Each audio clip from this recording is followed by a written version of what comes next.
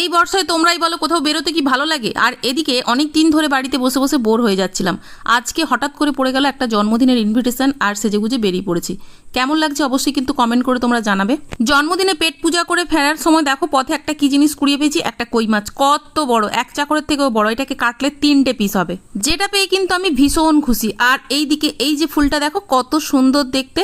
আর এই যে গাছের পাতা না চুলের জন্য ভীষণ উপকারী, তাই এই গাছের পাতাটা তুলতে এসেছিলাম এবং ফুলটা দেখে থেমে গেলাম। বর্ষার জল পেয়ে প্রত্যেকটা গাছ এত সুন্দর সবুজ হয়ে আছে না, একটা পাতা ছিঁড়তেও ভীষণ মায়া লাগে। আর এইদিকে দেখো মা কত লেবু গুড়িয়ে নিয়ে আসছে। বর্ষাকাল হলেই আমাদের বাড়িতে লেবুর ঠেল হয়, তার কারণ গাছে প্রচন্ড লেবু হয় আর প্রত্যেকদিন এতগুলো করে লেবু মা কুড়িয়ে নিয়ে আসে। আজকে একটা হঠাৎ করে নতুন রেসিপি ট্রাই করার ইচ্ছে মাথায় ঢুকলো, আর সেই জন্যই বসে পড়েছি বাদাম ছাড়াতে। ওদিকে ভাত বসিয়ে দিয়েছি আর এইদিকে বাদাম ছাড়াতে লেগে গেছি। কখন শেষ করতে পারবো নিজেও জানি না।